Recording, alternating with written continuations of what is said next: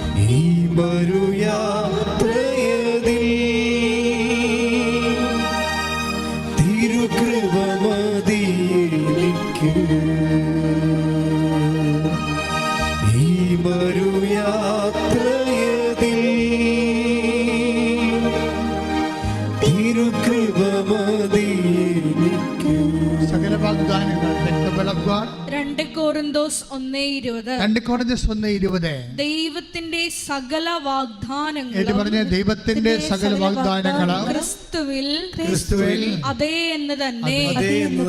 അതുകൊണ്ട് തന്നെയാണ് ദൈവമഹത്വത്തിന് അവൻ വഴി ഞങ്ങൾ ആമേൻ പറയുന്നത്. ക്രിസ്തു വഴി നമ്മൾ ആമേൻ പറയുമ്പോൾ നമുക്ക് ലഭിക്കുന്നത് എന്താണ്? ദൈവമഹത്വമാണ്.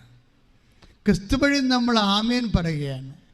കാര്യം ഒരു വിശ്വാസിക്ക് ആമേൻ പറയാൻ പറ്റത്തുള്ളൂ, ഒരു പ്രത്യാശിക്ക് തന്നെ ആമേൻ പറയാൻ പറ്റത്തുള്ളൂ. സർവ്വോപരി ദൈവത്തെ സ്നേഹിക്കുന്നവർക്ക് ക്രിസ്തു വഴി ആമേൻ പറയത്തുള്ളൂ. അപ്പോഴെന്താണ്? എല്ലാ വാഗ്ദാനങ്ങളും അവൻ വഴി നിങ്ങൾക്ക് അതേ തന്നെയാണ്. കൈയടിച്ചു കൊടുത്ത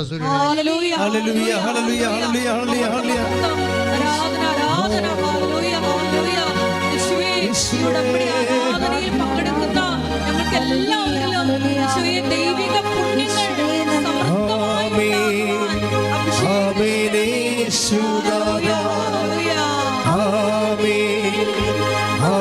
ദൈവപുത്ര ആമേൻ ആമേൻ സർവശക്ത നിത്യപിതാവേ ആമേൻ ആമേൻ യേശുനാഥാ ആമേൻ ആമേൻ ദൈവപുത്ര ആമേൻ ആമേൻ സർവശക്ത നിത്യപിതാവേ പരിശുദ്ധ പരമദിവ്യകാരുണ്യത്തിന് എന്നേരവും ആരാധനയും സ്തുതിയും പുകഴ്ചയും ഉണ്ടായിരിക്കട്ടെ. എൻ്റെ മക്കളെ, അഭിഷേകത്തിന് ഈ നിമിഷങ്ങളിലെ ക്രിസ്തുവിൻ്റെ പുനരുദ്ധാനത്തിന് ഏറ്റു പറഞ്ഞുകൊണ്ട് കൈകൾ ഉയർത്തിക്കൊണ്ട് ശക്തമായി സ്തുതിക്കട്ടെ. ഹല്ലേലൂയ ഹല്ലേലൂയ ഹല്ലേലൂയ ഹല്ലേലൂയ ഹല്ലേലൂയ.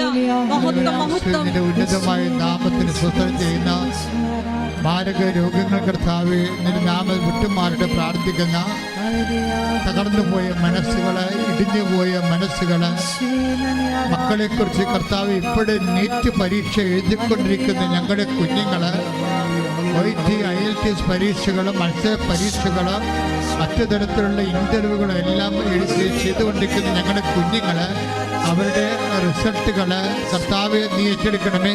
അവിടെ കഴിവ് കൊണ്ടല്ല, ദൈവത്തിൻ്റെ കൃപ കൊണ്ട് എല്ലാ മക്കൾക്കും അഭിഷേകം ചെയ്യട്ടെ കർത്താവ്. പ്രത്യേകിച്ച് ഉടമ്പടി ചെയ്ത് പ്രാർത്ഥിക്കാൻ പോയിരിക്കുന്ന മക്കള്, ഉടമ്പടി ചെയ്ത് മക്കൾക്ക് വേണ്ടി പ്രാർത്ഥിക്കുന്ന മാതാപിതാക്കളുടെ പ്രാർത്ഥനയോട് ചേർത്തുകൊണ്ട് എക്സാം ഹോളിരിക്കുന്ന മക്കളുടെ മേൽ കർത്താവിൻ്റെ കണ്ണ് ചൊരിയുന്നതിന് വേണ്ടി അവരാഗ്രഹിക്കുന്ന ജീവിത മാർഗങ്ങളിലേക്ക് കർത്താവിനെ നയിച്ചുകൊണ്ട് പോകാൻ പരിശുദ്ധ അമ്മയുടെ മധ്യസ്ഥ ലഭിക്കുന്നതിനുമായി ദൈവത്തിന്റെ കണ്ണ് ചൊരിയട്ടെ.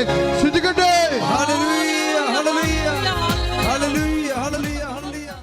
എൻ്റെ പ്രിയപ്പെട്ടവരെ, ഹെബ്രായർ 4:16 അനുസരിച്ചുകൊണ്ട് തക്ക സമയത്ത് കൃപാവരത്തിൻ്റെ സിംഹാസനമായ സകല വാഗ്ദാനങ്ങളും അതേ തന്നെ യേശുക്രിസ്തുവിലേക്ക് നമ്മളെ സമീപിക്കുന്നതിന് നമ്മളെ സഹായിക്കുന്ന ഏറ്റവും വലിയ മധ്യസ്ഥയാണ് ആരാണ്? അമ്മയാണ്. അതാണ് ഈ ഉടമ്പടി ഇത്രയും വലിയ ഫലങ്ങൾ ഉണ്ടാക്കാൻ. കാര്യം സത്യമാണ്. ഞാൻ ഇപ്പോൾ ഈശോയുടെ കൂടെ നിൽക്കുകയല്ലേ, അതായത് എന്നെ ഞെട്ടിപ്പിക്കുന്നുണ്ട്. എല്ലാ ദിവസവും നമ്മൾ ചിന്തിച്ചതും ആലോചിച്ചതും പ്രതീക്ഷിച്ചതും പ്രത്യാശൻ്റെ അപ്പുറത്ത് ദൈവം എന്തോ ഒരു നാശക്കുഴിയിൽ നിന്നാണ് മനുഷ്യന്മാരെ ഉടമ്പടിയുടെ ഒറ്റ ഉറപ്പിൽ പൊക്കിക്കൊണ്ട് വരണത്. എന്തിനാ ഞാൻ ഇങ്ങനെ പറയണമെന്ന് ചോദിച്ചാൽ, നിങ്ങൾ ഉടമ്പടി കുറച്ച് വൃത്തിയായിട്ട് ചെയ്യാൻ നോക്കണം. നിങ്ങളത് ഒരു കാരണവശാലും നിങ്ങൾ ഒരു ഉഴപ്പിയോ അല്ലെങ്കിൽ തീഷ്ണതയില്ലാതെയോ അല്ലെങ്കിൽ നിങ്ങൾ ചെയ്യാൻ വേണ്ടി ചെയ്തോ അങ്ങനെയൊന്നും ദൈവത്തെ പ്രകോപിപ്പിക്കരുത്. മറിച്ച് നല്ല വിശ്വാസത്തോടെ, നല്ല ദൈവസ്നേഹത്തോടെ നമ്മുടെ മുമ്പിൽ എന്താ നിങ്ങൾ ഓർക്കണേ, 2015 തന്ന ഉടമ്പടി 2016 എനിക്ക് ആ 15-16 ആദ്യ കാലഘട്ടങ്ങളിലൊക്കെ എനിക്ക് ഇതിൻ്റെ വർക്കിംഗ് കണ്ടീഷനെക്കുറിച്ച് അത്രയ്ക്ക് അറിവില്ലായിരുന്നു. കാര്യം എൻ്റെ കയ്യിൽ സാക്ഷ്യങ്ങളില്ലായിരുന്നു. ഇന്ന് നമുക്ക് 10,000-കണക്കിന് സാക്ഷ്യങ്ങളല്ലേ, എല്ലാ മണ്ഡലങ്ങളെ ഉള്ള ആൾക്കാരുടെ സാക്ഷ്യങ്ങളല്ലേ, ഇന്ന വിഷയമല്ലല്ലോ. ഓൾമോസ്റ്റ് ഓൾ തിങ്സ് ഇന്ന് മനുഷ്യൻ അനുഭവിക്കുന്ന എല്ലാ വിഷയത്തിൻ്റെ മേലുമുള്ള ദൈവിക നടപടിയാണ് ഉടമ്പടിയിലൂടെ വരണതും. അത് അപ്രതിരോധ്യമാകാൻ കാരണം അമ്മ അതിൻ്റെ അകത്ത് ഒരു കക്ഷി ആയതുകൊണ്ടാണ്, മാധ്യസ്ഥത്തിന്. കാര്യം എന്ന് വെച്ച് കഴിഞ്ഞാൽ അമ്മ എപ്പോഴും നമ്മൾ ശ്രദ്ധിക്കേണ്ടത്. ഇപ്പോൾ കാനായിലെ കല്യാണം നമ്മളത് അതാണല്ലോ അതിൻ്റെ ബേസ്മെൻ്റ് എന്ന് പറയണത്. അപ്പോൾ ആ കാനായിലെ കല്യാണത്തിലെ 2-ാം അധ്യായം, യോഹന്നാൻ്റെ 2-ാം അധ്യായം 1-ാമത്തെ വാക്യമില്ലേ, എന്താണ്? കാനായിൽ ഒരു വിവാഹ ആഘോഷം നടന്നു. പിന്നെന്താ പറഞ്ഞത്? യേശുവിൻ്റെ അമ്മയും സഹോദരന്മാരും യേശുവും ശിഷ്യന്മാരും അവിടെ ക്ഷണിക്കപ്പെട്ടിരുന്നു. അമ്മ അവിടെ ഉണ്ടായിരുന്നു. അതാണ് വിഷയം. അമ്മ അവിടെ ഉണ്ടായിരുന്നു. അത് നേരത്തെ പോയെന്നല്ല എൻ്റെ അർത്ഥം. യേശുവിനേക്കാൾ ആ വചനം എങ്ങനെ പോണത്? കാനായി എന്ന് പറഞ്ഞ കാനായിൽ ഒരു വിവാഹാഘോഷം നടന്നു. യേശുവിന്റെ ശിഷ്യന്മാരും ശിഷ്യന്മാരും ക്ഷണിക്കപ്പെട്ടിരുന്നു. യേശുവിന്റെ അമ്മ അവിടെ ഉണ്ടായിരുന്നു. സംഭവം ഇതാണ്. അപ്പോൾ യേശുവിനേക്കാളും ശിഷ്യന്മാരെക്കാളും നേരത്തെ അമ്മ അവിടെ പ്രസൻ്റാണ്. എൻ്റെ ദൈവവേദലേ, ഞാൻ നിനക്ക് മുമ്പേ പോകുമെന്ന് പറഞ്ഞ പോലെ നിൻ്റെ ജീവിതം അമ്മയുടെ ഒരു വേ ഓഫ് ആക്ടിങ് ഭയങ്കര ഇൻറ്റിമസിയാണ്. എന്നുവെച്ചാൽ നിനക്കൊരു തകർച്ച വരുന്ന കുടുംബമായാലും ശരി, അല്ലെങ്കിൽ നിനക്ക് തകർച്ച ഉണ്ടാകാൻ പോണെങ്കിൽ ശരി, അമ്മ അവിടെ ആദ്യമേ പ്രസൻ്റ് ആയിരിക്കും.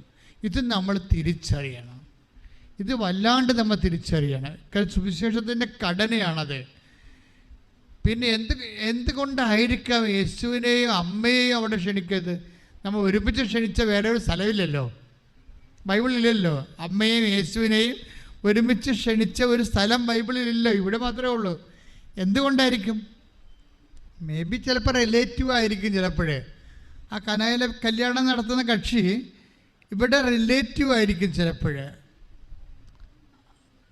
പക്ഷേ ഈ റിലേറ്റീവ് ആകുമ്പോൾ ഞാൻ ഒരു കാര്യം ചോദിട്ടെ, എന്തുകൊണ്ട് ഒരു കാര്യം നമ്മൾ സിമ്പിളായിട്ടൊക്കെ മനസ്സിലാക്കാം. ഒരു ചോദ്യം ഞാൻ നിങ്ങളോട് ചോദിക്കുകയാണ്.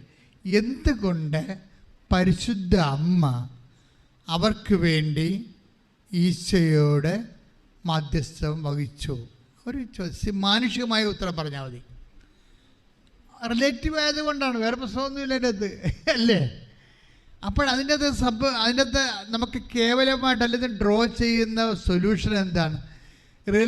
അമ്മയുടെ റിലേറ്റീവ് ആണെങ്കിൽ തീർച്ചയായിട്ടും നമുക്ക് വേണ്ടി മധ്യസ്ഥം വഹിക്കും. ക്ലിയർ അല്ലേ?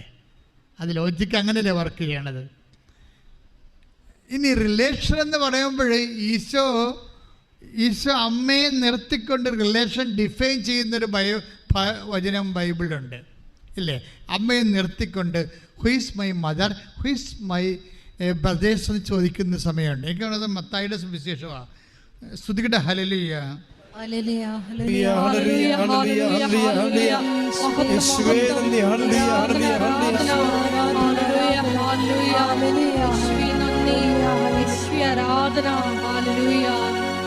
മഹത്വം, ആരാധന, ആരാധന.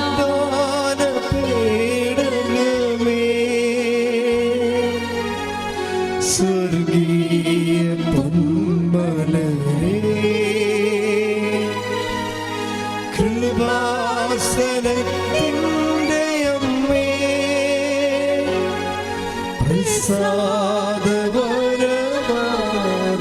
പ്രസാദപരമാതാവേ, വാഗ്ദാന പേടകമേ, സ്വർഗീയ പൊന്മലരേ, കൃപാസനത്തിൻ്റെ അമ്മേ, പ്രസാദപരമാതാവേ. മത്തായിയുടെ സുവിശേഷം 12:48-49-50. യേശു അവനോട് പറഞ്ഞു, ആരാണ് എന്റെ അമ്മ, ആരാണ് എന്റെ സഹോദരർ? തന്റെ ശിഷ്യരുടെ നേരെ കൈ ചൂണ്ടിക്കൊണ്ട് അവൻ പറഞ്ഞു, ഇതാ എന്റെ അമ്മയും സഹോദരരും.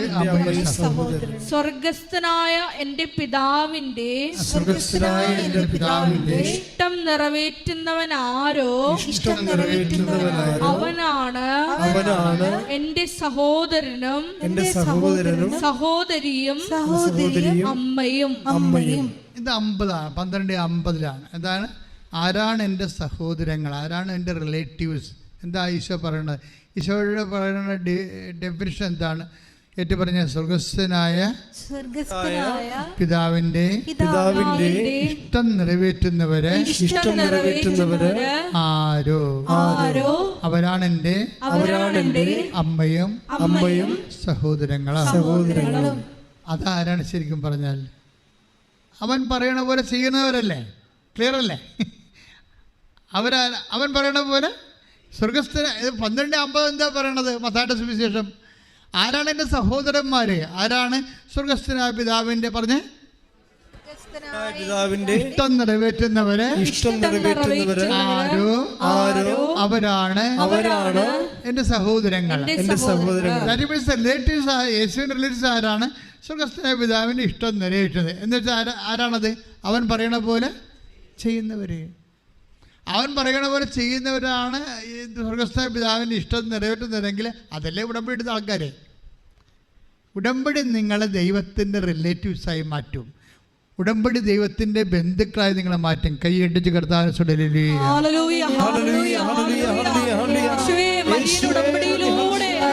സ്വന്തം പദവിയിലേക്ക്, സ്വന്തം ജനമെന്ന പദവിയിലേക്ക്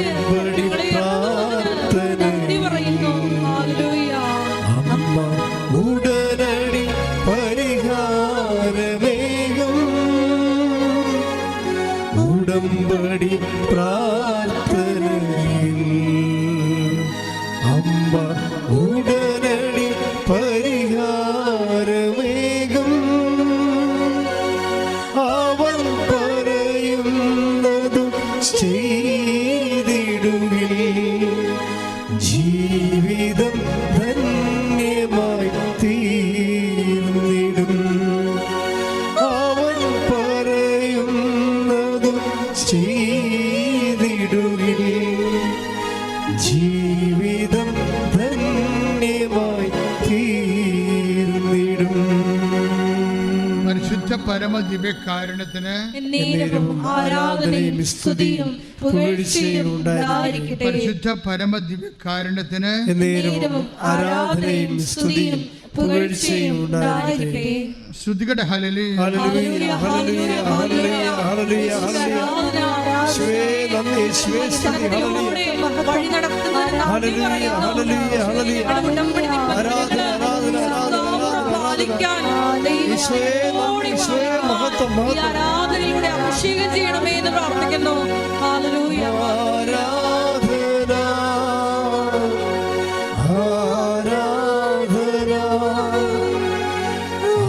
ആരാധന ആരാധന മനസ്സിലാണ്. എപ്പോൾ എൻ്റെ മക്കൾ ശ്രദ്ധിക്കേണ്ടത്, ഈ റിലേഷൻ ഡിഫൈൻ ചെയ്യാതെ നിങ്ങൾ ഉടമ്പടിയുടെ സാക്ഷ്യം പോലും പറയരുത്. ഞാനൊരു ചേടത്തിനെ ഇവിടുന്ന് ഓടിച്ചിട്ടായിരുന്നു. ഇത് കാര്യം പരിസാറാണ് പറഞ്ഞു, അവരെ പറഞ്ഞു വിടാൻ പറഞ്ഞു. പരിസാറാണ് പറഞ്ഞത് സാക്ഷ്യം പറയപ്പെടുന്നത്. ഞാൻ പറഞ്ഞു അവരെ പറഞ്ഞു വിടാൻ പറഞ്ഞു. എന്താ കാര്യം? അവർ പറഞ്ഞത് മകന് ജോലി കിട്ടി, മകളെ കല്യാണം കഴിപ്പിച്ചു, ഇങ്ങനെ എന്ത് വസ്തു വിറ്റു, ഇങ്ങനെ പട്ടിക പറഞ്ഞിട്ട് അവർ പറഞ്ഞു നമ്മൾ ഇതെല്ലാം ഉടമ്പടി, ഇതെല്ലാം ഉടമ്പടി.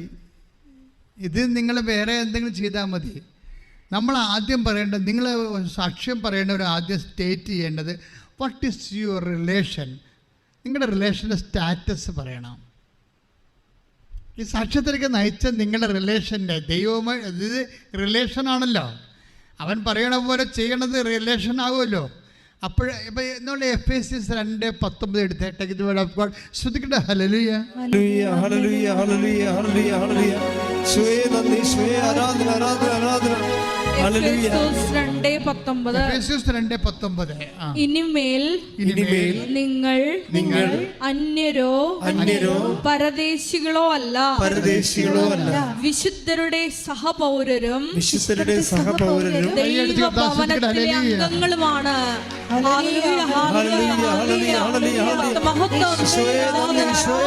ഹല്ലേലൂയ ഹല്ലേലൂയ. ഒന്നിന് വായിച്ചേ. ഇനിമേൽ നിങ്ങൾ അന്യരോ പരദേശികളോ അല്ല വിശുദ്ധരുടെ സഹപൗരരും ദൈവഭവനത്തിലെ അംഗങ്ങളുമാണ്. ഒരേ ഭവനത്തിലെ അംഗങ്ങളാണ്. കർത്താവിൻ്റെ വചനമനുസരിച്ച് ജീവിക്കുന്നവർ ദൈവഭവനത്തിലെ അംഗങ്ങളാണ്. ഇതാണ് നമ്മുടെ സ്റ്റാറ്റസ്.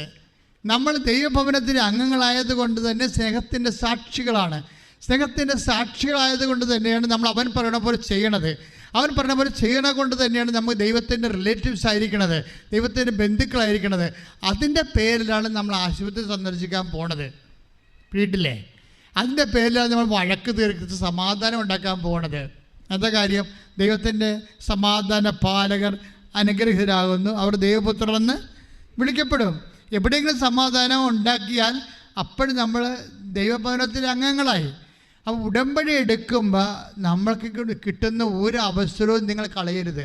എന്താണ്, ഇപ്പോൾ നിങ്ങളുടെ ഒരു നാത്തുമാർ തമ്മിൽ ഭിന്നിച്ചിരിക്കുകയാണെന്ന് വിചാരിച്ചോ, അപ്പം നിങ്ങൾ ഉടനെ കുറുക്കനെ പോലെ രണ്ടാൾ തന്നെപ്പോൾ ഇടിച്ചിട്ട് ചോര കുടിക്കാമെന്ന് പറഞ്ഞ് പോകരുത്. ഏതെങ്കിലും ഒരു നാത്തുവിൻ്റെ കൂടെ കൂടിക്കഴിഞ്ഞാൽ നമുക്ക് ഒപ്പിക്കാൻ പറ്റുന്ന ഒപ്പിക്കുന്നത് അപ്പം തന്നെ നിങ്ങൾ ദുഷ്ടസന്തതിയാണ്, ദൈവത്തിൻ്റെ സന്തതിയല്ല. ഉടമ്പടി അതായത് എപ്പോഴും നമ്മൾ ശ്രദ്ധിക്കേണ്ടത് അവിടെ അവരെ എങ്ങനെ, നമുക്ക് നേട്ടമൊന്നും ഉണ്ടാകത്തില്ല, പക്ഷേ ദൈവത്തിന് നേട്ടം ഉണ്ടാകും, സാത്താൻ്റെ അവസരം പോകും. അതുകൊണ്ട് ഞാനവരെ എൻ്റെ നേട്ടം നോക്കിയല്ല, ഞാൻ അവരെ ഐക്യപ്പെടുത്തും, ഒന്നിപ്പിക്കും. എന്താ കാര്യം? എൻ്റെ കർത്താവ് എന്നോട് പറഞ്ഞിട്ടുണ്ട്. എന്ത് പറഞ്ഞു? സമാധാന പാലകർ, സമാധാനത്തെ പാലിക്കുന്നവർ അനുഗ്രഹീതരാകുന്നു. എന്തുകൊണ്ടാവും പറഞ്ഞത്? അവർ ദൈവപുത്രരെന്ന് വിളിക്കപ്പെടും. ദൈവത്തിൻ്റെ ബന്ധുക്കളാകാനുള്ള മാർഗമാണ്. ഉടമ്പടിയെ നിങ്ങൾ നീതീകരിച്ചുകൊണ്ടേ ഇരിക്കണം. നിങ്ങളുടെ പ്രവർത്തനങ്ങൾ കൊണ്ടാണ് ഉടമ്പടി നീതീകരിക്കുന്നത്. Take the word of God.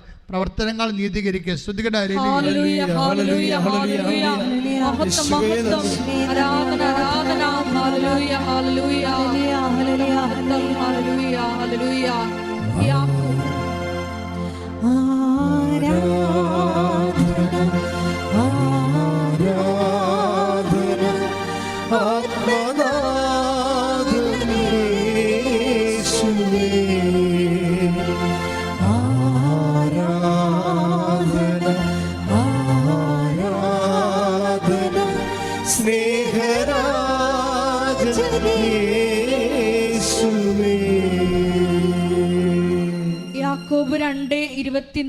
യാക്കോബ് 2:24 മനുഷ്യൻ വിശ്വാസം കൊണ്ട് മാത്രമല്ല, മനുഷ്യൻ ഏറ്റുപറയുക, മനുഷ്യൻ വിശ്വാസം കൊണ്ട് മാത്രമല്ല പ്രവൃത്തികളാലുമാണ് നീതീകരിക്കപ്പെടുന്നതെന്ന് നിങ്ങൾ അറിയുന്നു.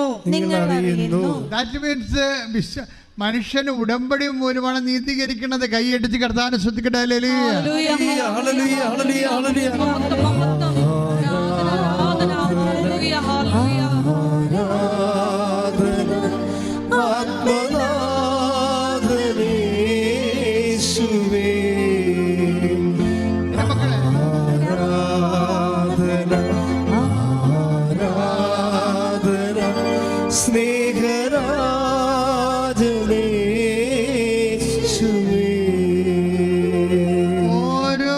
പ്രവർത്തനങ്ങളും ദൈവസ്നേഹത്തോടെ പ്രവർത്തനങ്ങളെല്ലാം നിങ്ങളുടെ ഉടമ്പടിയെ ജസ്റ്റിഫൈ ചെയ്യണത്. ദാറ്റ് മീൻസ് ഉടമ്പടി നീതീകരിക്കുന്നത് രണ്ട് തരത്തിലാണ്. അതായത് ഉടമ്പടി പ്രവർത്തനങ്ങളാൽ നീതീകരിക്കുമ്പോഴാണ് ദൈവം അടയാളങ്ങളിൽ അത് സാധൂകരിക്കുന്നത്. മനസ്സിലായ? നിങ്ങളെ പ്രവർത്തനങ്ങളാൽ ഉടമ്പടിയെ നീതീകരിക്കുന്നു. ദൈവം എന്ത് ചെയ്യും? അടയാളങ്ങളാൽ അത് സ്ഥിരീകരിക്കും. അപ്പോൾ പ്രവർത്തനങ്ങളാൽ നിങ്ങളെ നീതീകരിക്കുമ്പോൾ, ഉടമ്പടിയെ നീതീകരിക്കുമ്പോൾ ദൈവം അടയാളം കൊണ്ട് അതിനെ സാധൂകരിക്കുകയോ അല്ലെങ്കിൽ അടയാളം കൊണ്ട് അതിനെ സ്ഥിരീകരിക്കുകയും ചെയ്യും. Take the word of God 16:20 മർക്കോസിന്റെ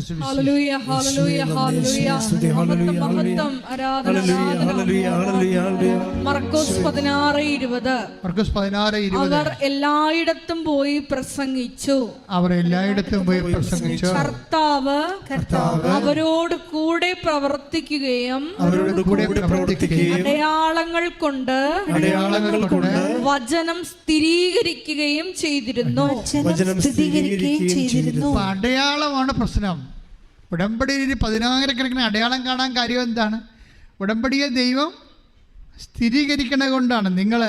അപ്പോൾ നിങ്ങൾ അടയാളം മിസ്സാക്കി കളയരുത്. അതായത് ഉടമ്പടി സ്ഥിരീകരിക്കുന്നത് അടയാളം കാണുമ്പോഴാണ്. അതായത് എൻ്റെ മക്കളൊരു കാര്യം ചെയ്യണം. അതായത് സാക്ഷ്യം കേൾക്കുക മാത്രമല്ല, സാക്ഷ്യം ഷെയർ ചെയ്യണം. കാര്യം ആൾക്കാർക്കറിയാമല്ലോ, ആൾക്കാർക്ക് ഈ പ്രയാസങ്ങൾ കൂടുമ്പോഴേ ആൾക്കാർക്ക് എന്തെല്ലാം ഉണ്ടാകും? ഡൗട്ട് ഉണ്ടാകത്തില്ലേ? ഇല്ലേ? പ്രയാസങ്ങളുള്ളവർക്ക് എന്താ ഉണ്ടാകുന്നത്? ദൈവത്തിൽ അവർ സാധാരണ വിശ്വസിച്ച് പോണ ആൾക്കാരാണ്. ജന്മന അങ്ങനെ ജീവിച്ച് കരിക്കസൊക്കെ കേട്ട് അത് കുർബാനൊക്കെ സ്വീകരിച്ച് വിശ്വാസത്തിൽ വളർന്ന് കുദാശ ജീവിതമൊക്കെ ആയിട്ട് അങ്ങനെ പോണ ആൾക്കാരാണ്. പക്ഷെ അവർക്കൊരു കടം വരുമ്പോൾ, അല്ലെ മകൻ എന്തെങ്കിലും കഞ്ചാവിൽ പിടിച്ച് കഴിയുമ്പോൾ, അല്ലെ മകൾ ആരുടെങ്കിലും പുറകെ ലൈനടിച്ച് കഴിയുമ്പോൾ അവർ IC അടിച്ച് പോവും. അവരുടനെ ഡൗട്ടായി പോവും. ഞാൻ ഇത്രയും നാൾ ദൈവത്തിനല്ല വിളിച്ചത്, എന്നിട്ടിപ്പോൾ എനിക്ക് ഇങ്ങനെ സംഭവിച്ചല്ല എന്നൊക്കെ പറഞ്ഞിട്ട് അവർക്ക് പ്രാർത്ഥിക്കാൻ തോന്നത്തില്ല, അല്ലേ? അങ്ങനെ ഉള്ളവർക്ക് അവർ സംശയം, അത് അവരുടെ മാത്രം കുഴപ്പമില്ല, അത് ഈ ഭൂമിയിൽ മനുഷ്യന്മാരുടെ സ്വഭാവത്തിലുള്ളതാണ്. ഇപ്പോൾ യോഹന്നാൻ മാന്താന ജയിലിൽ കിടന്ന് മുട്ട കടിച്ചപ്പോഴല്ലേ ക്രിസ്തുവിനെ വേറെ ആളെ നീ തന്നെയാണോ വേറെ ഉണ്ടാന്നൊക്കെ ചോദിച്ചത്. ഈ മനുഷ്യൻ്റെ അവസ്ഥയാണിത്. ആരാണ്? ഇതാണ് ദൈവത്തിൻ്റെ കുഞ്ഞാടെന്ന് പറഞ്ഞ ആളെ. 1:29 വായിച്ച് യോഹന്നാൻ. ശ്രുതികട്ടെ. ഹല്ലേലൂയ, ഹല്ലേലൂയ, ഹല്ലേലൂയ, ഹല്ലേലൂയ, ഹല്ലേലൂയ, ഹല്ലേലൂയ. യേശുവേ നന്ദി, യേശുവേ സ്തുതി. ഹല്ലേലൂയ, ഹല്ലേലൂയ, ഹല്ലേലൂയ. യേശുവേ മഹത്വം, മഹത്വം, മഹത്വം, മഹത്വം. ഹല്ലേലൂയ. യോഹന്നാൻ 1:29. അടുത്ത ദിവസം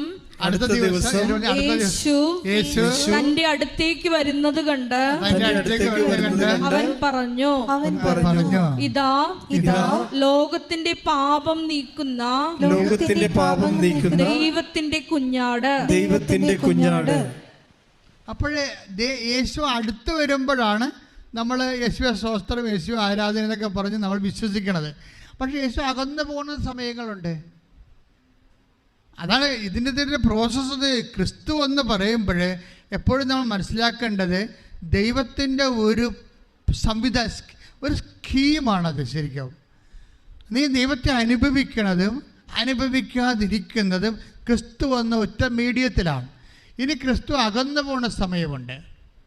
അപ്പോഴാണ് നമുക്ക് ഇരുട്ട് കയറണതും ഡൗട്ടടിക്കണതും, നമുക്ക് ജോലി നഷ്ടപ്പെടുന്നത്. നമ്മളിങ്ങനെ കപ്പിനും ചുണ്ടിനും ഇടയ്ക്ക് വെച്ച് ആൾക്കാർ പറഞ്ഞു, എൻ്റെ അച്ഛാ 6-ാമത്തെ ആളാണ് ഞാൻ റാങ്കിലേ, ഞാൻ അതും വിചാരിച്ചുകൊണ്ടിരുന്നിട്ട് ഒരു പരീക്ഷയും ഞാൻ എഴുതിയില്ല. നിന്നോട് ആരെ പറഞ്ഞ് പരീക്ഷ എഴുതാതിരിക്കാൻ? ദൈവം ബുദ്ധി തന്നിട്ടില്ലേ?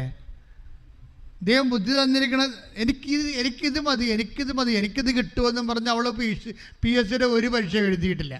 എന്താ കാര്യം? 6-ാമത്തെ റാങ്കാണ്. 5-ാമത്തെ റാങ്കിൽ വെച്ച് റാങ്ക് ലിസ്റ്റ് ക്യാൻസലായിപ്പോയി. പോരെ? അതോടുകൂടി പിന്നെ പ്രാർത്ഥനയും തീർന്നു. ക്രിസ്തു അകന്നു പോകുന്ന അവസ്ഥകൾ ഇത് ജീവിതത്തിലുള്ളതാണ്. ഇത് നമ്മൾ നേരത്തെ അഡ്രസ്സ് ചെയ്യണം. അപ്പോൾ നിങ്ങൾക്ക് തോന്നുന്നു, അയ്യോ എൻ്റെ പ്രാർത്ഥനയ്ക്ക് മിസ്റ്റേക്ക്. എൻ്റെ പ്രാർത്ഥനയ്ക്കല്ല മിസ്റ്റേക്ക്, നിനക്ക് തന്ന വിവേകം നീ ഉപയോഗിച്ചില്ല. വിവേകമെന്ന് വെച്ചാൽ ഫെയ്ത്ത് ആൻഡ് പ്രൂഡൻസ്. ഫെയ്ത്ത് ഒരു വെർച്യുവാണ്. Faith is a virtue. വിശ്വാസം ഒരു പുണ്യമാണ്. പക്ഷെ പ്രൂഡൻസ് എന്ന് പറയുന്നത് എന്താണ്? It's a queen of virtue. അതായത് പ്രൂഡൻസ് എന്ന് പറയുന്നത്, വിവേകം എന്ന് പറയുന്നത് പുണ്യങ്ങളുടെ രാജ്ഞിയാണ്. അതിൻ്റെ അടുത്ത വിശ്വാസത്തൊക്കെ വലുതാണ് വിവേകമെന്ന് പറയണത്. അപ്പം നീ ഇപ്പം റാങ്ക് 6-ാം നമ്പർ ഉണ്ടെങ്കിലും 6-ാം റാങ്കിൽ കിടക്കുന്നുണ്ടെങ്കിലും നീ എനിക്കിത് മതി എന്നതിൻ്റെ കാര്യമില്ല. ദൈവം ഏതാണ് തരണമെന്ന് നമുക്കറിയത്തില്ല. We are living in a competitive world. അത്രയും കോമ്പറ്റീഷനാണ് ഉള്ളത്. അതുകൊണ്ട് ആദ്യം നിലനിൽക്കുകയാണ് പ്രശ്നം, അല്ലാതെ ആദ്യമേ കയറി കസേര ഇരിക്കുകയല്ല പ്രശ്നം. ആദ്യം ഒന്ന് നിലനിൽക്കണം നമ്മൾ. അപ്പോൾ ഞാൻ എല്ലാ മക്കളോട് ഇവിടെ പ്രാർത്ഥിക്കാൻ ഇവിടെ വരുന്നതുകൊണ്ട് ഞാൻ പറയും, എൻ്റെ മകളെ എങ്ങനെയെങ്കിലും നീ ഭക്ഷണം കഴിക്കാനുള്ള മാർഗ്ഗം കാണിച്ചെടുക്കുക. അത് കഴിഞ്ഞ് നീ ഡോക്ടറാകെ വേറെ MDക്ക് പോവുക എന്തെങ്കിലും ചെയ്തോ. അത് ജീവിക്കാൻ നീ ഇപ്പോൾ വയസ്സ് 26 ജീവിക്കാൻ ആദ്യം ഒരു സ്റ്റെപ്പ് എടുക്കുക. അല്ലാതെ നിനക്ക് സ്റ്റാറ്റസ് അനുസരിച്ച് നിൻ്റെ കൂട്ടുകാർ ഇപ്പോൾ എവിടെയാണ് എത്തിയിരിക്കുന്നത് അത് വെട്ടിപ്പുഴുങ്ങി നിനക്ക് തന്നാൽ മാത്രമേ നീ മുന്നോട്ട് പോകത്തുള്ളൂ, എന്നാൽ മാത്രമേ നിനക്ക് ദൈവമുള്ളൂ എന്നൊക്കെ പറഞ്ഞാൽ ഇറ്റ് ഈസ് against prudence. നമ്മൾ ബി പ്രാക്ടിക്കൽ. നമ്മൾ ഈ വിഷയത്തിൽ പ്രാക്ടിക്കലായിരിക്കണം. ദൈവം എനിക്ക് നിശ്ചയിച്ചിരിക്കുന്ന വേദികളിൽ ഞാൻ സംതൃപ്തനാണ്. അതുകൊണ്ട് ഇപ്പം തന്നെ സർക്കസ് 24 കൊല്ലം 50 കൊല്ലം സർക്കസ് കാണിക്കുന്ന ആൾക്കാർ കണ്ടില്ലേ? ഇപ്പോഴല്ലേ ഈ മൃഗങ്ങളുടെ നിയമം വന്നപ്പോഴല്ലേ സർക്കസൊക്കെ കുറച്ച് ഡൗൺ ആയത്. സർക്കസ് ഉണ്ടായിരുന്ന കാലത്ത് ഞാൻ ഒറ്റ സർക്കസ് കണ്ടിട്ടുള്ള ആളാണ്, നിങ്ങളും കണ്ടിട്ടുള്ളതാണ്. പക്ഷേ 20 കൊല്ലം 30 കൊല്ലമൊക്കെ സർക്കസിലുള്ള ആൾക്കാരും സർക്കസ് കാണിക്കണ വല കെട്ടിയിട്ടാണ്. ഉറപ്പല്ലേ? അല്ലേ? വല കെട്ടാതെ പലരും സർക്കസ് കാണിക്കുക. അവർ 30 കൊല്ലം അവർക്ക് എക്സ്പീരിയൻസ് ഉള്ളതാണ് സർക്കസിൽ.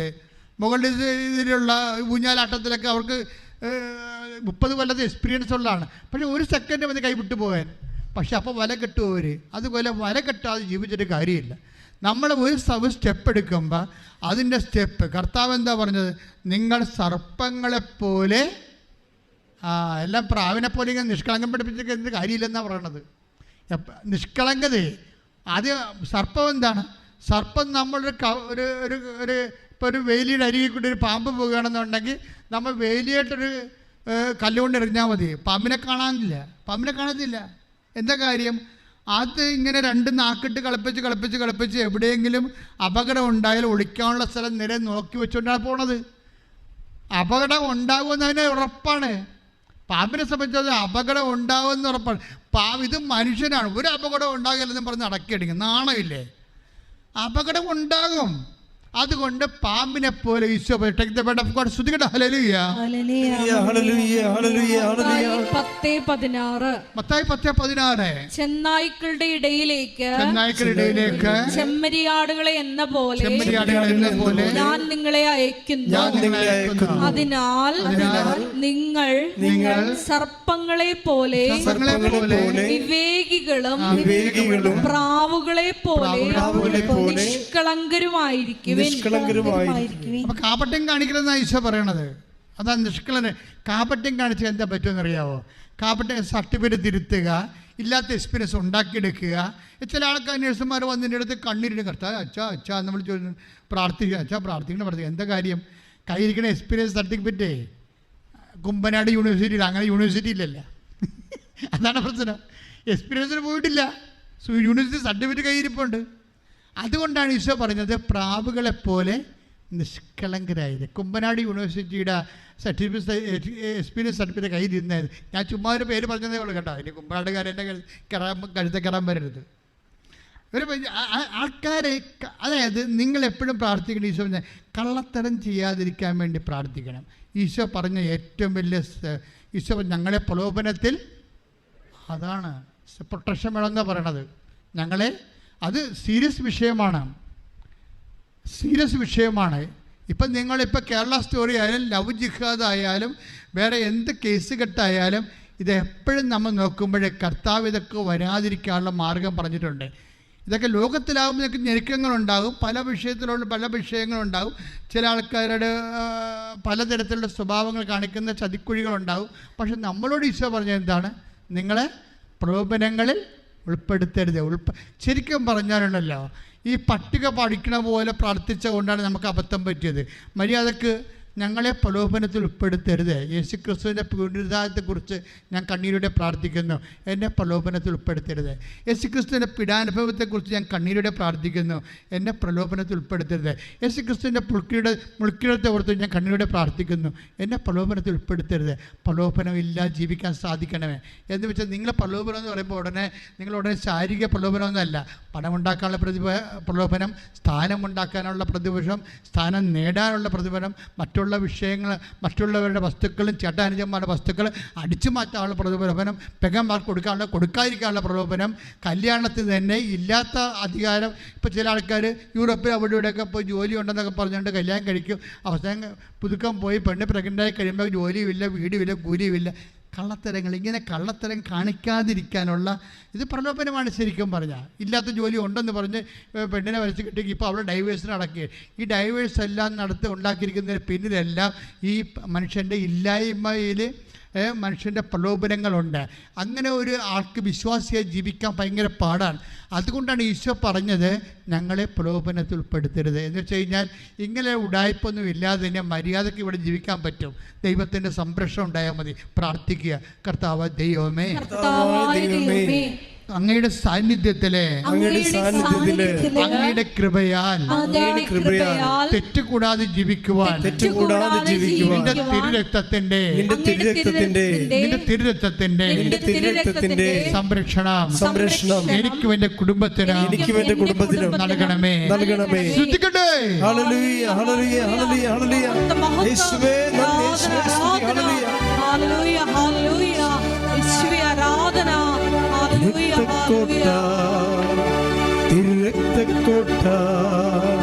രക്തക്കോട്ട എനിക്ക് ചുറ്റും പടുത്തുയർത്തണമേ.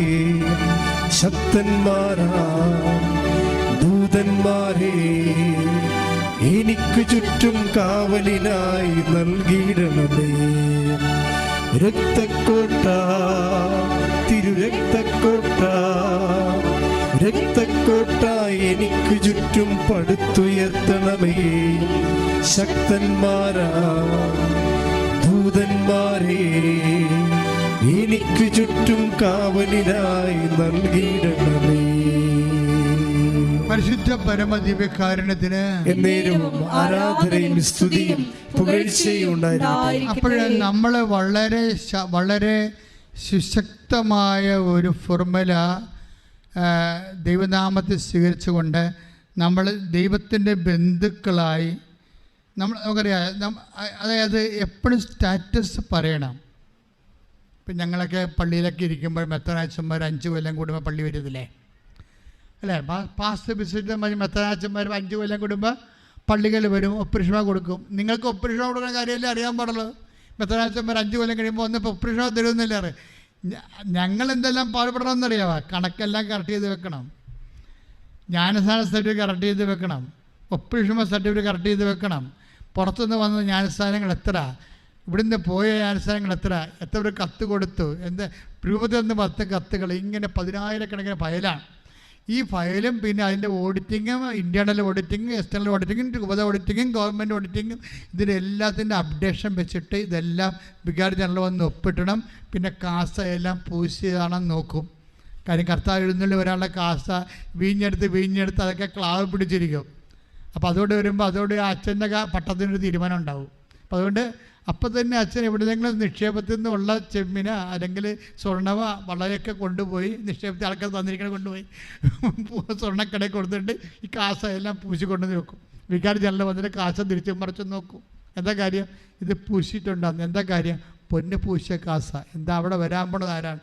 ഈശോയാണ്. സഭ എന്തുമാത്രം കർക്കശ്യമായിട്ടാണ് കർത്താവിൻ്റെ തിരുരക്തത്തിൻ്റെ സാന്നിധ്യം ഇത്രയും അമൂല്യമായ നിധി സൂക്ഷിക്കണത്. ശ്രുതിക്കട്ടെ.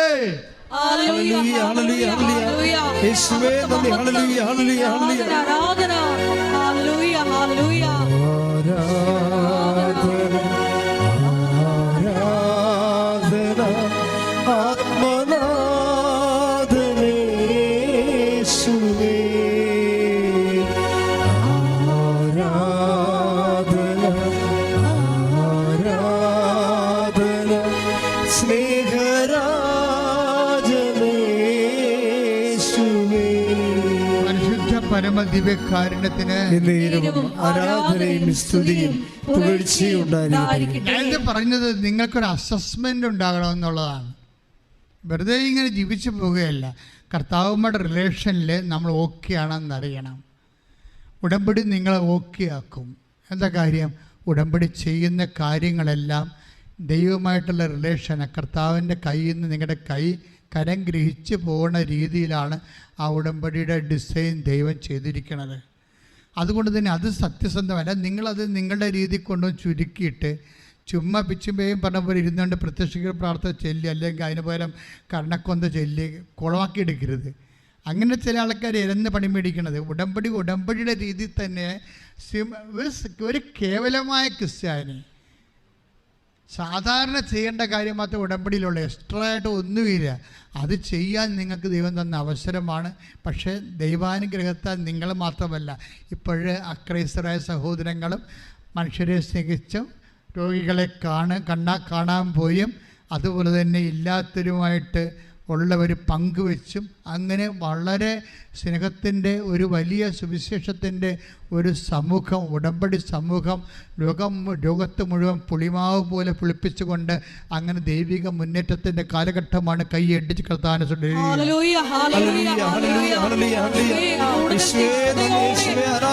പ്രവർത്തനങ്ങൾ ആരാധനയിലൂടെ ഞങ്ങളെ അഭിഷേകം ചെയ്യണമേ.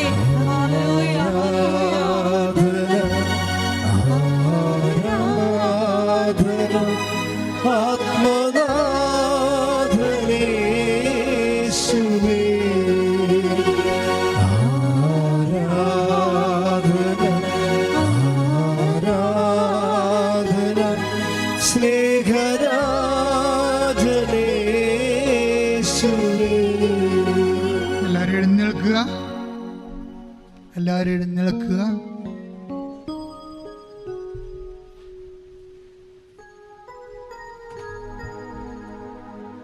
ഒരു നിമിഷം മൗനമായി പ്രാർത്ഥിക്കുക.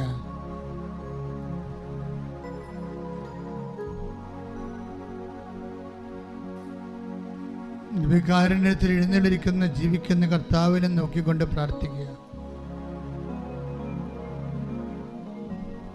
നിങ്ങളുടെ ഉടമ്പടി ആവശ്യങ്ങൾ, ഉടമ്പടി നിയോഗങ്ങളെ സമർപ്പിച്ചുകൊണ്ട് പ്രാർത്ഥിക്കുക. ഉടമ്പടി നിബന്ധനകളെ അനുസ്മരിച്ചുകൊണ്ട് പ്രാർത്ഥിക്കുക.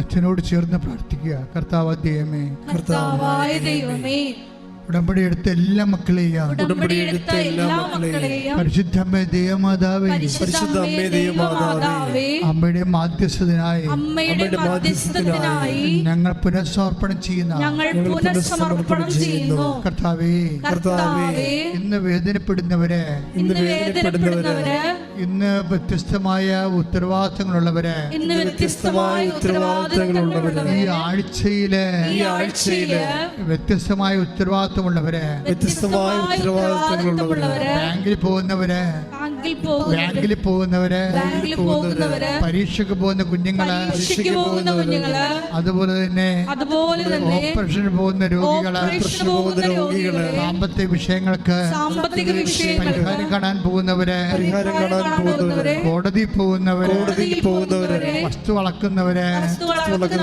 പുരപണിയുന്നതിനായ വ്യായാമങ്ങളില് വ്യത്യസ്തമായ വിഷയങ്ങളില് ഏർപ്പെട്ടിരിക്കുന്നവര്, കർത്താവേ, മക്കളില്ലാത്തവര്, മക്കൾക്ക് രോഗമായവര്, ഓട്ടിസം ബാധിച്ചവര്, ഹൈപ്പർ ആക്ടിവിറ്റി ഉള്ളവര്, ഗർഭിണികള്, ഗർഭസ്ഥമായ കുഞ്ഞുങ്ങൾക്ക് ഡോക്ടർ നിർദ്ദേശിച്ചിരിക്കുന്ന അബോർഷൻ നിശ്ചയിച്ചിരിക്കുന്നവര്, എന്ത് ചെയ്യണമെന്നറിയാത്തവര്, ഗർഭത്തെ അനക്കമില്ലാത്ത കുഞ്ഞുങ്ങള്, ഹാർട്ട് ബീറ്റില്ലാത്ത കുഞ്ഞുങ്ങള്, പരിശുദ്ധമ്മ ദേവമാതാവേ, ഇപ്പോൾ ഏറ്റെടുക്കണമേ. പിസിഒഡി രോഗികള് ഇപ്പോൾ സ്പർശിക്കണമേ.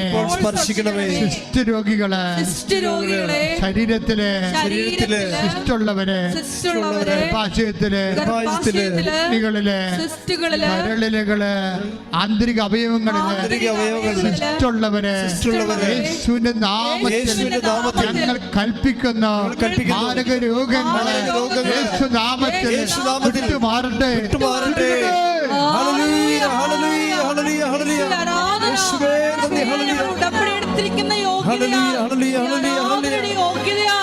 മക്കളെ സ്പർശിക്കണമേ എന്ന്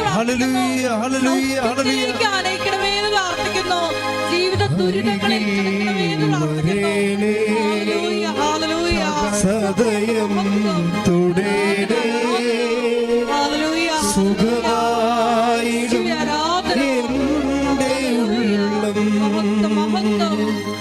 അരികിൽ വരേണേ സദയം തുടരേ സുഖമായിടും എന്റെ ഉള്ളം. ഉടമ്പടിയിലുള്ള ഓരോ വിഷയങ്ങളെയും നമ്മൾ കൊണ്ടുവരിക. മനസ്സിടിഞ്ഞു പോയ അനേകം മക്കളുണ്ട്, വീട് ജപ്തി ചെയ്തവരുണ്ട്, അവർ താമസിക്കുന്ന, അവർ ജോലി ചെയ്യുന്ന കെട്ടിടം ജപ്തി ചെയ്തവർ, വ്യവസായശാലകൾ, വ്യാപാരശാലകൾ ജപ്തി ചെയ്തു പോയവരുണ്ട്. അതെല്ലാം തിരിച്ചെടുക്കാൻ പരിശുദ്ധ അമ്മയ്ക്ക് കഴിയും. അമ്മയുടെ മാധ്യസ്ഥത്തിന് ഈശോ അത് ചെയ്തു കൊടുക്കുമെന്ന് നമ്മൾ വിശ്വസിച്ചുകൊണ്ട് ഉറുമ്പ് പോലെ നീണ്ടുപോകുന്ന, ഇഴഞ്ഞു പോകുന്ന, വളരെ ഒരു മാറ്റവും ഇല്ലാത്ത, ഒരു മുന്നേറ്റമില്ലാത്ത, മരവിച്ചു പോയ വിഷയങ്ങൾ, നിന്നുപോയ വിഷയങ്ങളെല്ലാം യേശുവിന്റെ നാമത്തില്, യേശു നാമത്തില് വിടുതൽ പ്രാപിക്കട്ടെ.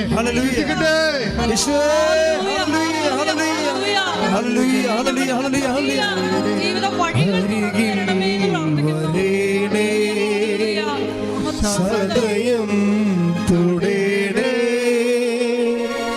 സുഖമായിടും എന്റെ ഉള്ളം. പരിശുദ്ധ പരമ ദിവ്യകാരുണ്യത്തിന് എന്നേരും ആരാധനയും സ്തുതിയും പുകഴ്ചയും ഉണ്ടായിരിക്കട്ടെ. വ്യവസായ ശാലകൾ നടത്തുന്നവർക്ക് വേണ്ടി പ്രാർത്ഥിക്കുന്ന വ്യവസായശാല നിന്ന് പോയവർക്ക് വേണ്ടി പ്രാർത്ഥിക്കുന്ന, വീട് വിൽക്കാനോ വസ്തു വിൽക്കാനോ ആഗ്രഹം നടക്കാത്തവർക്ക് വേണ്ടി പ്രാർത്ഥിക്കുന്ന, കല്യാണം ഒത്തുവരാത്തവർക്ക് വേണ്ടി പ്രാർത്ഥിക്കുന്ന, മക്കളില്ലാത്തവർക്ക് വേണ്ടി പ്രാർത്ഥിക്കുന്ന, വിദേശ ജോലികളും തീർന്നു പോയവരും, നഷ്ടപ്പെട്ടവരും, നാട്ടിൽ ജോലി ഇല്ലാത്തവരും, പലതരത്തിലുള്ള കുടുംബ കലഹങ്ങളിലും പ്രശ്നങ്ങളിലും കോടതികളിലും കുടുംബ കോടതികളിലും വിവാഹ മോചനങ്ങളിലുമൊക്കെ വേദനിക്കുന്നവർക്ക് വേണ്ടി പ്രാർത്ഥിക്കുന്ന മാതാവിൻ്റെ പ്രത്യേകമായ ഇടപെടൽ ഈ മേഖലയെല്ലാം നിറഞ്ഞു നിൽക്കട്ടെ. ദൈവത്തിൻ്റെ ശക്തി പ്രവർത്തിക്കട്ടെ. ശ്രദ്ധിക്കട്ടെ. ഉടമ്പടി പ്രകാരമുള്ള വഴികള് നിങ്ങളുടെ ജീവിതത്തിൽ തുറന്നു വരണമേ.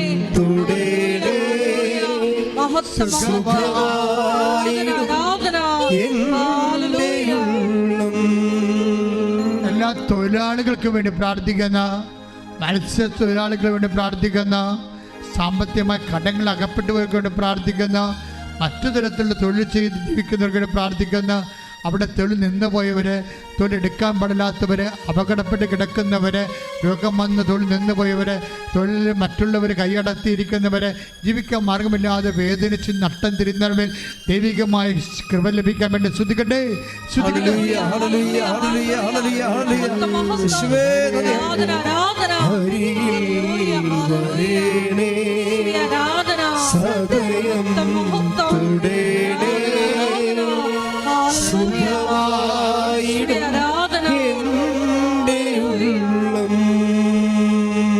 വിദേശത്ത് ജോലി ചെയ്യുന്നവർക്ക് വേണ്ടി പ്രാർത്ഥിക്കുന്ന, ജോലി നഷ്ടപ്പെട്ടവർക്ക് വേണ്ടി പ്രാർത്ഥിക്കുന്ന, വിദേശത്ത് ജയിലിൽ കിടക്കുന്നവർക്ക് വേണ്ടി പ്രാർത്ഥിക്കുന്ന, വിസ നഷ്ടപ്പെട്ടവർക്ക് വേണ്ടി പ്രാർത്ഥിക്കുന്ന, വിസയുടെ കാലാവധി തീരാൻ പോയിട്ടും ജോലി കിട്ടാത്തവർക്ക് വേണ്ടി പ്രാർത്ഥിക്കുന്ന, വിസിറ്റിന് പോയവർക്ക് വേണ്ടി പ്രാർത്ഥിക്കുന്നു. ദൈവത്തിൻ്റെ കരുണ ഈ നിമിഷം അവർക്ക് ചൊരിയട്ടെ. ദൈവത്തിൻ്റെ കൃപയാൽ സാക്ഷ്യം പറയാൻ അവരെ സഹായിക്കട്ടെ. പരിശുദ്ധ മാതാവ് അവരെ കണ്ണുനീര് ഏറ്റെടുക്കട്ടെ. ശ്രദ്ധിക്കട്ടെ.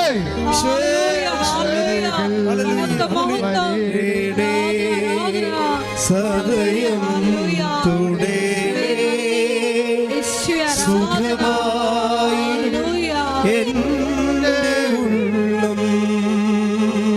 ഹൃദയരോഗികൾക്ക് വേണ്ടി പ്രാർത്ഥിക്കുന്ന, കരരോഗികൾക്ക് വേണ്ടി പ്രാർത്ഥിക്കുന്ന, പാങ്ക്രിയാസ് രോഗികൾക്ക് വേണ്ടി പ്രാർത്ഥിക്കുന്ന, സ്പോണ്ടിലോസിസ്റ്റുകൾക്ക് വേണ്ടി പ്രാർത്ഥിക്കുന്ന, സ്പൈനൽ കോഡിന് വേണ്ടി പ്രാർത്ഥിക്കുന്ന, തലയിലെ രക്തം കട്ടുപിടിക്കുന്നവർക്ക് വേണ്ടി പ്രാർത്ഥിക്കുന്ന, വാൽവ് ദ്രവിച്ചവർക്ക് വേണ്ടി പ്രാർത്ഥിക്കുന്ന, വാൽവ് ബ്ലോക്കാർക്ക് വേണ്ടി പ്രാർത്ഥിക്കുന്ന, യേശു ക്രിസ്തുവിന്റെ ഉന്നതമായ നാമത്തിൽ മാരക രോഗങ്ങൾ മാറിപ്പോകട്ടെ.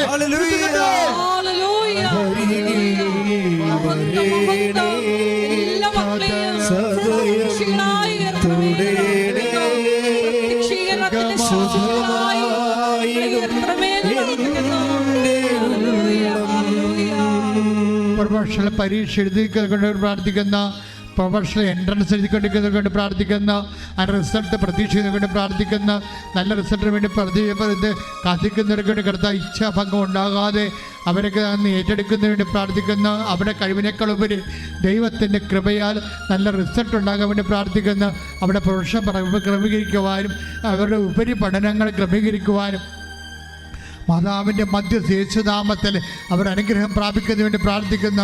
ശ്രദ്ധിക്കട്ടെ.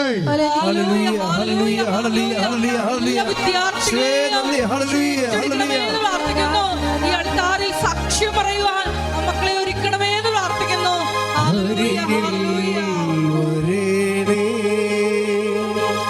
സദയം തുടേണേ സുഖമായിടും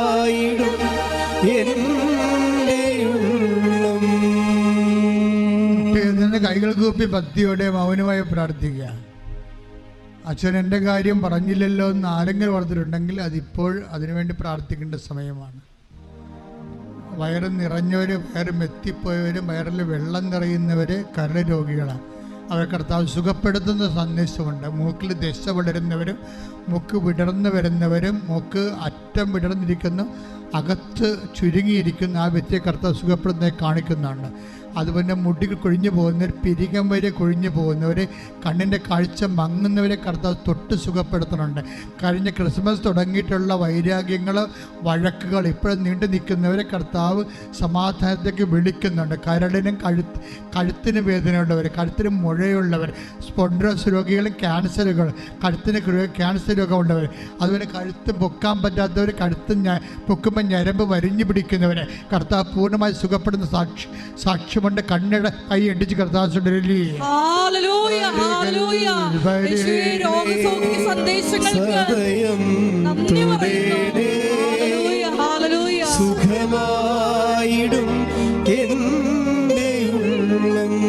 വിട്ടിരിക്കുന്ന അസ്ഥികളെ കർത്താവ് കാണിക്കുന്നുണ്ട്. കൈയുടെ അസ്ഥിയാണ്, കാലിൻ്റെ അസ്ഥിയാണ്. കൈയുടെ അസ്ഥിയാണ് ഈശോ കാണിക്കുന്നത്. വിട്ടിരിക്കുന്ന അസ്ഥിയാണ്. അസ്ഥിക്കുഴകളിൽ ദ്രവിപ്പുണ്ട്, അസ്ഥിക്കുഴകളിൽ കറുത്ത പാടുകളുണ്ട്. ഈ അസ്ഥിക്കുഴകൾ ഉണ്ടാകുന്ന വേദനകളെയും സന്ധിപ്പുകളെയും ദ്രവിപ്പുകളെയും യേശുക്രിസ്തു ഉന്നതമായ നാമത്തിൽ കൂടിയിട്ട് അസ്ഥികൾ സുഖപ്പെടുന്ന സന്ദേശമുണ്ട്. കൈയിടിച്ച് കർത്താവിനെ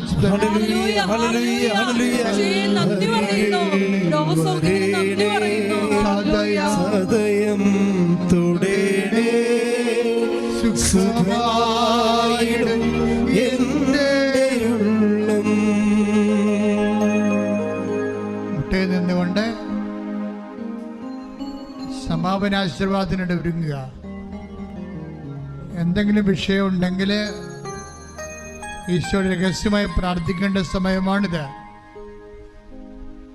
സ്വകാര്യ വിഷയങ്ങൾ എന്തെങ്കിലും ഉണ്ടെങ്കിൽ അത് അച്ഛനത് അഡ്രസ്സ് ചെയ്തിട്ടില്ലെങ്കിൽ നിങ്ങൾ സ്വകാര്യമായി പ്രാർത്ഥിക്കേണ്ട വിഷയമാണ്. പരിശുദ്ധ അമ്മ ഈ നിമിഷം നിൻ്റെ വിഷയത്തിന് വേണ്ടി മധ്യസ്ഥം വഹിക്കുകയും നിനക്ക് സാക്ഷ്യം പറയാൻ അവസരം നൽകുകയും ചെയ്യും. ശരീരം പൊട്ടുന്നവരെ, ശരീരത്തിൽ വെള്ളപ്പാണ്ടുള്ളവരെ, ശരീരത്തിൽ എരിച്ചിലും പൊരിച്ചിലും ഉള്ളവരെ കർത്താവിൻ്റെ വിശുദ്ധമായ രക്തത്താൽ കഴുകുന്നതിന് വേണ്ടി പ്രാർത്ഥിക്കുക. കാല് തളർന്നു കിടക്കുന്നവർ, അരക്കെട്ട് തളർന്നു പോയവർ, കൈ തളർന്നു പോയവരെ, ജോലി എടുക്കാൻ പറ്റാത്തവരെ കർത്താവിനെ സ്പർശിച്ചു കൊണ്ടിരിക്കുന്ന ശ്രദ്ധിക്കട്ടെ, ശ്രദ്ധിക്കട്ടെ.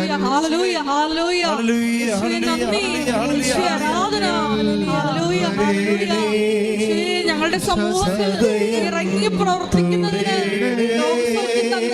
നന്ദി പറയുന്നു.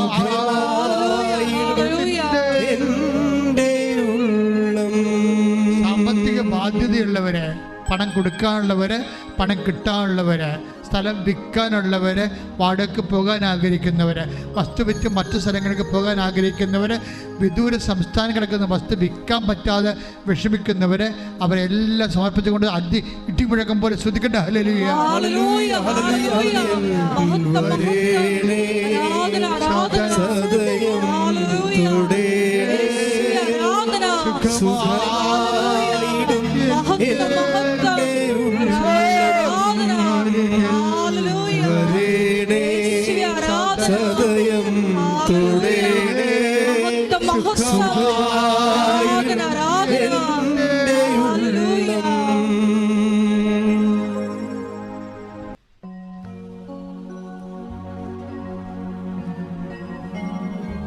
ഒരിക്കൽ കൂടി ഉടമ്പടിയിൽ സമർപ്പിച്ചിരിക്കുന്ന എല്ലാ വിഷയങ്ങളും ദൈവമാതാവിൻ്റെ മധ്യസ്ഥയിൽ ദിവ്യകാരുണ്യ അൾത്താരയിൽ സമർപ്പിച്ച് ഈ ആരാധനയുടെ യോഗ്യതയാൽ അമ്മയുടെ പ്രത്യക്ഷീകരണത്തിൻ്റെ സാക്ഷികളായി ഞങ്ങളെയും കുടുംബത്തെയും ഉയർത്തണമേ എന്ന് പ്രാർത്ഥിച്ചുകൊണ്ട് ശിരസ് നമിച്ച് നമുക്ക് ആശീർവാദം സ്വീകരിക്കാം.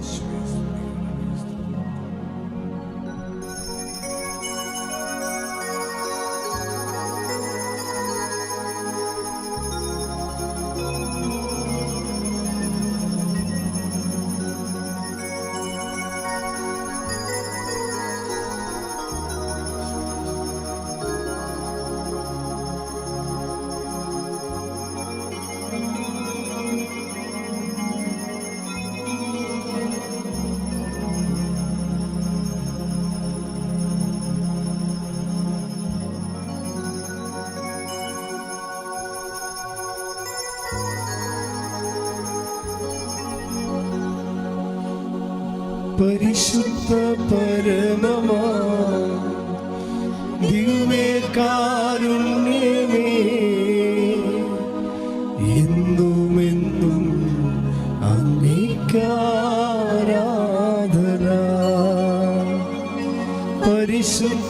പരമമാ ദിവ്യകാരുണ്യമേ എന്നുമെന്നും അങ്ങേക്കാരാധന. പരിശുദ്ധ പരമമാ ദിവ്യകാരുണ്യമേ എന്നുമെന്നും അങ്ങേക്കാരാധന. ആവേ ആവേ ആവേ മരിയ